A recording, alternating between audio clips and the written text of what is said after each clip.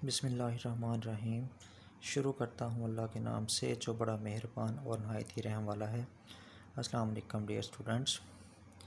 हमारा आज का lecture MSc part 2 numerical method, जिसमें आज हम स्टिलिंग फार्मूला का प्रूव करेंगे।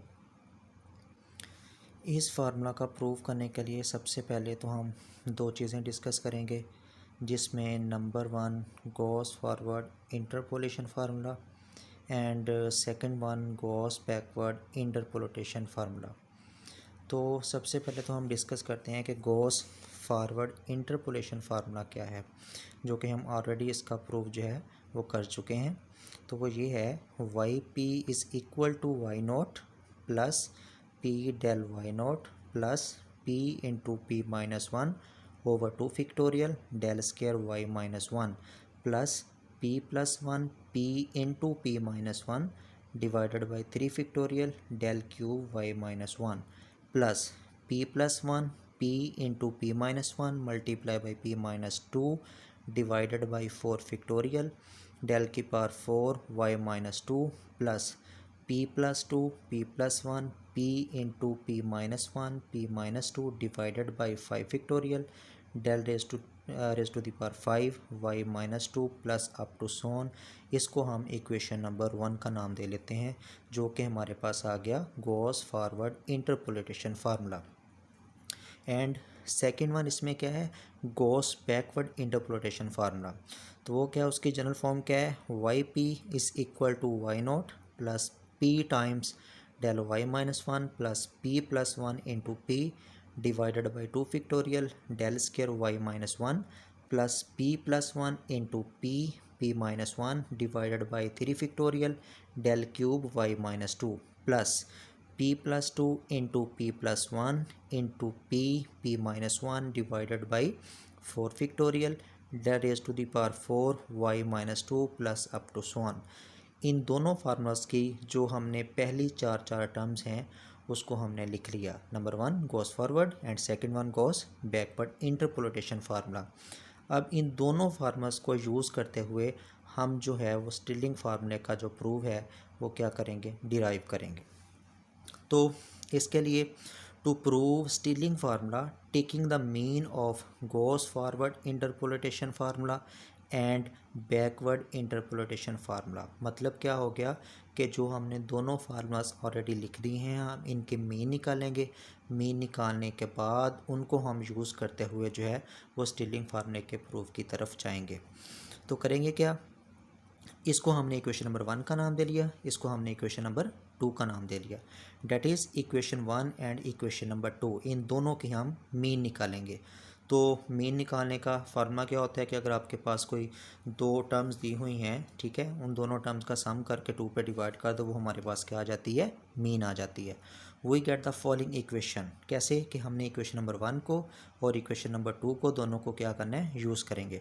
So Y P is equal to 2 time Y naught over 2। मतलब फर्स्ट टर्म को फर्स्ट टर्म में ऐड करके उसको 2 पे क्या कर दिया, डिवाइड कर दिया। सिमिलरली सेकंड टर्म को हमने सेकंड टर्म में ऐड करके और उसको 2 पे क्या कर दिया, डिवाइड कर दिया। इन दोनों में हमारे पास p कॉमन आ रहा था, हमने से दोनों में से क्या कर लिया, p को कॉमन निकाल लिया। तो बन क्या गया, p into del Y naught plus delta Y minus 1 divided by 2 plus, अब जो मैंने मीन निकालने के लिए इसकी थर्ड टर्म लिखी है उसको हमने कैसे किया कि जो आपके पास ये थर्ड टर्म है इसको सिम्प्लीफिकेशन पहले हम कर लेंगे, p plus 1 into P minus 1 which means P square minus 1 into P हो जाएगा। एंड सिमिलरली यहाँ पे जो आपके पास थर्ड टर्म आ रही है, p को p से मल्टीप्लाई करेंगे, P square plus p divide by 2 factorial आ जाएगा। तो हमने उसको सेपरेटली लिख दिया। इन दोनों में जो डेल स्केयर वाई माइनस 1 है वो क्या आ रहा है, कॉमन आ रहा है, उसको मैंने कॉमन निकाल दिया। तो जो तीसरी टर्म को हम ऐड करके जो रिज़ल्ट बन गया, P square over 2 factorial minus P over 2 factorial plus P over 2 factorial plus P square over 2 factorial. इसमें से क्या होगा, ये आपके पास जो है नेगेटिव और ये पॉजिटिव दोनों क्या हो जाएंगे, कैंसिल आउट हो जाएंगे। प्लस आगे हमारे पास जो फोर्थ टर्म उसकी है, फोर्थ टर्म में हम देखेंगे कि इसमें हमारे पास p प्लस 1 p माइनस 1 और p माइनस 2। सिमिलरली आपके पास यहाँ पे जो फोर्थ टर्म आ जाएगी p माइनस 1 p प्लस 1 और p प्लस क्या आ गया, 2 आ गया। हम लोगों ने इसमें से क्या कर लेना, इन तीनों टर्म्स को जो हमारे पास आ रही हैं उसको आप यहाँ से क्या कर लो, कॉमन निकाल लो, जो तीसरी यहाँ से आपके पास टर्म बनेगी। जब हम इनको कॉमन निकालेंगे तो कॉमन निकालने के बाद आपके पास क्या बन जाएगा, p+1 p into p-1 over 3 factorial. जब हम इसको कॉमन निकालेंगे तो कॉमन निकालने के बाद del cube y-1 plus del cube y-2 divided by क्या आ गया, 2 आ गया। उसके बाद हम लेंगे इसकी चौथी टर्म यानी कि डेल 4y-2, इधर से भी हम डेल 4y-2। अब हम देखेंगे कि इन दोनों में से कोई चीज़ ऐसी है जो हम कॉमन निकाल सकते हैं। इन दोनों में से सबसे पहले तो आप डेल 4y-2 उसको क्या कर लो, कॉमन निकालो। उसको मैंने यहाँ पे साइड पे लिख दिया। जब हमने कॉमन निकाल दिया, जब दोनों टर्म का सम करके उसको 2 पे डिवाइड करेंगे तो ये हमारे पास क्या आ गया, सम उसका आ गया। अब होगा क्या कि अगर हम इसकी सिंप्लीफिकेशन कर लें, इसकी 4 टर्म की भी और इसकी भी 4 टर्म की, मतलब क्या हो गया, p-1 इंटू p+1 वो बन जाएगा p²-1, ठीक है जी, इंटू p-2। सिमिलरली जब हम p+1 को p-1 से मल्टीप्लाई करेंगे वो हमारे पास बन जाएगा p²-1, और उसके बाद आप पहली और तीसरी टर्म को जब आप इकट्ठा करोगे वो बन जाएगा p² + 2p। इधर आपके पास क्या बन जाएगा, हमारे पास बन जाएगा p² + p। तो हमने चार हमारे पास ऑर्डर पेयर दिए हुए थे, हमने उसको 2-2 वाली फॉर्म में कंबाइन करके लिख दिया। मतलब क्या हो गया कि जब हम चौथी टर्म के साथ हम उसके मीन निकालेंगे तो इन दोनों में से जो चीज़ कॉमन आ रही वो यहाँ पे आपके पास आ गई, डिवाइड बाई 2 कौन सा आ गया, जो हम मीन ले रहे हैं। तो इन दोनों को हमने सिंप्लीफिकेशन करने के बाद क्या लिख दिया, p² - 2p into p²-1 over क्या आ गया, 4 फैक्टोरियल आ गया। प्लस सिमिलरली ये जो 4 टर्म है p² + 2p into p²-1 divided by 4 factorial plus आगे अप टू सो ऑन। ये हमारे पास हमने जो पहली दोनों इक्वेशन लिखी हुई थी उन दोनों इक्वेशंस की क्या कर ली, हमने मीन निकाली। अब इसके बाद हमने नेक्स्ट क्या करना है,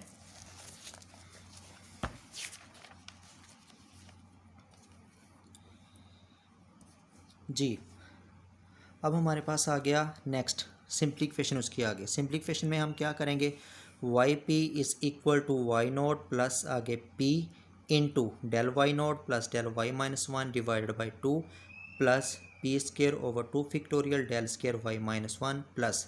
अब हमने काम क्या किया, जो हमारे पास लास्ट पे उस पर जो तीसरी टर्म्स आ रही थी उसको हमने क्या लिख दिया, सेपरेटली करके, जो कांस्टेंट है मतलब p into p² - 1 over 3 factorial को सेपरेट कर दिया, इंटू आगे del cube y-1 plus del cube y-2 divide by 2 कौन सा आ गया, जो हमने मीन निकाली थी, plus similarly p² - 1 over 4 factorial.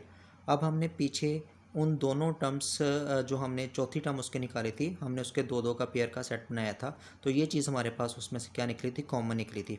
अब इन दोनों में से भी हमने p² - 1 ओवर 4 फैक्टोरियल को क्या कर लिया, कॉमन निकाल लिया, जो हमने लास्ट वाला जो लाइन की थी। कॉमन निकालने के बाद हमारे पास क्या बच जाएगा, p² - 2p plus p² + 2p। इसका मतलब -2p और +2p दोनों क्या हो गए, कैंसिल आउट हो गए, ठीक है जी। तो हमारे पास रिक्वायर्ड रिजल्ट क्या बन गया, yp is equal to y0 plus p into del y0 plus del y-1 divided by 2 plus third term p² over 2 factorial del y-1 plus next last term आपके पास क्या बन जाएगी। अब जब हम इन दोनों को ऐड करेंगे तो 2 टाइम्स क्या हो जाएगा जी, हमारे पास p² आ जाएगा, बल्कि सॉरी ये जो आपके पास तीसरी टर्म है सबसे पहले ये क्या आ जाएगी, p into p² - 1 divided by 3 factorial into del cube y-1 plus del cube y-2 divided by 2 आ गया। अब ये तो दोनों कैंसिल आउट हो गए, p² प्लस p² क्या बन गया, 2 टाइम्स हमारे पास क्या आ गया, p² आ गया। उसको भी आप स्टार्ट में लिख दो, वो 2 जो है वो इस 2 के साथ क्या हो गया, कैंसिल आउट हो गया। तो हमारे पास टर्म क्या बन गई, p² into p² - 1 over 4 factorial del की power 4 y-2 plus up to so on. तो ये जो आपके पास yp बन गया दोनों फार्मूलाज की मीन निकालने के बाद, तो ये जो सिंप्लीफिकेशन के बाद हमारे पास ये जो रिज़ल्ट बन गया ये हमारे पास क्या आ गया, स्टिलिंग फार्मूला। दिस इक्वेशन 3, इसको हमने इक्वेशन नंबर 3 का नाम दे दिया। This equation 3 is called Stilling formula, ठीक है जी। अब इसी स्टिलिंग फार्मूला से जब हम उसका सेंट्रल डिफरेंस को सेंट्रल डिफरेंस नोटेशन की फॉर्म में लिखना चाहेंगे तो हम क्या करेंगे, इसी चीज़ को यूज़ करेंगे। In the central difference notation equation 3 takes the form, वो फॉर्म कौन सी वाली बन जाएगी, Y P is equal to Y naught, जो कि ये है, प्लस आगे पी। अब इस चीज़ को उसने लिख दिया mu times del of Y naught, plus similarly P square over 2 factorial. अब इस चीज़ को क्या लिख दिया, del square into Y naught, plus third one P into P square minus 1 over 3 factorial.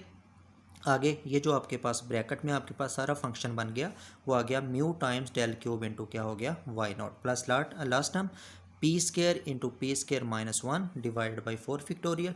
तो इस फंक्शन को हमने क्या लिख दिया, डेल की पावर 4 इंटू क्या आ गया, वाई नॉट। इसको आप इक्वेशन नंबर 4 का नाम दे लो। तो जब हम इसकी सिमिट्री चेक करेंगे इन दोनों की, इसको जब हम इसके कंपेयर करेंगे तो इसका मतलब क्या हो गया, ये जो हाफ है मतलब 1/2 time del of Y naught plus del of Y minus 1, जो कि बन जाएगा 1/2 del of Y naught plus del of Y minus 1 is equal to, हम उसको लिख सकते हैं 1/2 into del of Y 1/2 plus अगर डेल ऑफ वाई माइनस 1/2। तो इसी चीज़ को हम कैसे लिख सकते हैं कि वो mu times into del of Y naught बन गया। सिमिलरली जो सेकंड आपके पास आ रहा है, ये half 1/2 del cube Y minus 1 plus del cube Y minus 2 is equal to, उसको हम कौन सी वाली फॉर्म में लिख सकेंगे, 1/2 डेल क्यूब वाई 1/2 प्लस अगर डेल क्यूब वाई माइनस 1/2, जो कि बन जाएगा म्यू टाइम्स डेल क्यूब आगे वाई ऑफ नॉट ETC।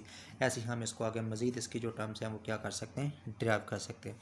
तो ये था जी हमारा आज का जो स्टिलिंग फार्मूला, ठीक है जी, जिसको हमने प्रूव करने के लिए दो फार्मूलाज का यूज़ किया, जिसमें आपके पास बैकवर्ड फार्मूला था एक interpolation formula, and second one Gauss forward interpolation formula. उन दोनों फार्मूलाज की हमने क्या की, मीन निकाली। मीन निकालने के बाद उनकी जो टर्म्स हैं उनको हमने क्या कर दिया, रीअरेंज कर दिया। रीअरेंज करने के बाद हमने एक स्मिटी बना दी। स्मिटी बनाने से जो हमारे पास फाइनल रिजल्ट आ गया, वो आपके पास क्या आ गया, स्टिलिंग फार्मूला का प्रूफ आ गया।